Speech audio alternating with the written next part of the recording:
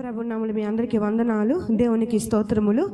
మరి ఎవరి బిడ్డ పేరు భావన, తను డిగ్రీ 3rd year చదువుతుంది. ఇప్పుడు మరి కంప్లీట్ అయ్యే సమయంలో ఎగ్జామ్స్ జరుగుతుంది కదా, మరి ఆ ఎగ్జామ్స్ టైంలో బిడ్డకి మరి చాలా అంటే చాలా ఒళ్ళు బాగా లేకుండా వచ్చేసింది, చాలా సివియర్ అయిపోయింది అనమాట.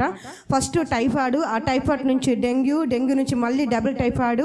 అది మాకు అర్థం కాలేదన్నమాట. హాస్పిటల్కి తిరుగుతానే ఉన్నాము, అన్ని టెస్టులు చేస్తున్నప్పటికీ ఏది కూడా కరెక్ట్గా రిజల్ట్ రాలేదు. ఆ తర్వాత ఇంకొక హాస్పిటల్కి వెళ్తే మళ్ళీ ఆ హాస్పిటల్ ఇంకొక టెస్ట్ చేశారు, దాంట్లో విషయం బయటపడింది, అమ్మాయికి ఇంకో టైఫాయిడ్ ఉందని. ఆ తర్వాత ఆ టైఫాయిడ్ బిడ్డ తట్టుకోలేకపోయింది. లాస్ట్ ఎగ్జామ్స్ టైంలో మరి బిడ్డ లేలేని స్థితి, మరి వామిటింగ్స్, ఒక పక్క భయంకరమైన ఫీవరు, కళ్ళు తెరవలేని పరిస్థితి. మరి ఆ స్థితిలో ఉన్నప్పుడు చాలా మరి బాధ వేసింది.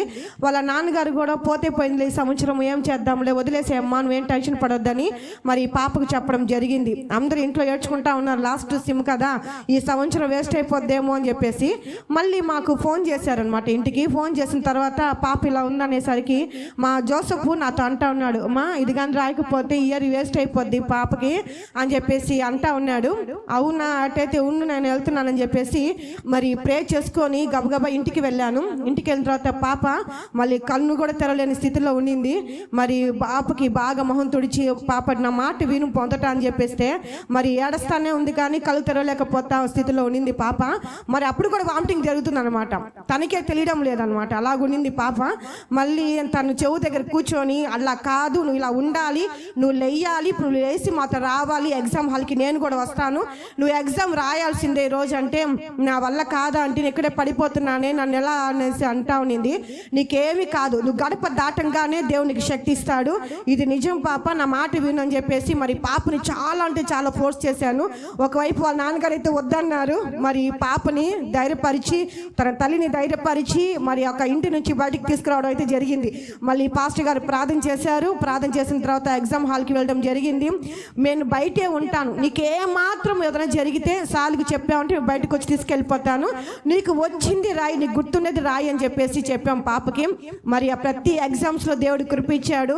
ఎంత గొప్ప కార్యం అంటే మరి దేవుడు ముందుగానే మాట ఇచ్చాడు, నేను నీకు విజయం దయచేస్తాను అనేసి.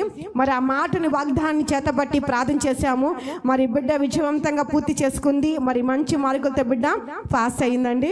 ఇంత గొప్ప కార్యం దేవుడు చేశాడు, ఇది దేవుని నామానికి మాత్రమే మహిమ కలుగును గాక. మరి బిడ్డ 10th క్లాస్ నుంచి ఇప్పటి వరకు కూడా తన లైఫ్లో ఎన్నంటే ఎన్నో, అందరూ చదువుకుంటారు, ఎగ్జామ్స్ రాస్తారు, కానీ పాప విషయంలో ఎలాగంటే ఎగ్జామ్స్ టైంలోనే తనకి హెల్త్ ప్రాబ్లం వస్తుందన్నమాట. కనీసం లేచి నడిచే శక్తి కూడా ఉండదన్నమాట అమ్మాయికి. అలాంటి పరిస్థితి వస్తుంది ప్రతిసారి. మరి 10th నుంచి డిగ్రీ పూర్తి చేసే వరకు ఆయన ఒక హస్తం బిడికి తోడుగా ఉంచి విజయవంతంగా నడిపించినందుకు, ఆయన సముఖంలో సాక్షిగా నిలబెట్టుకున్నందుకు దేవుని నామానికి మాత్రమే మహిమ కలుగును గాక. ఆమేన్.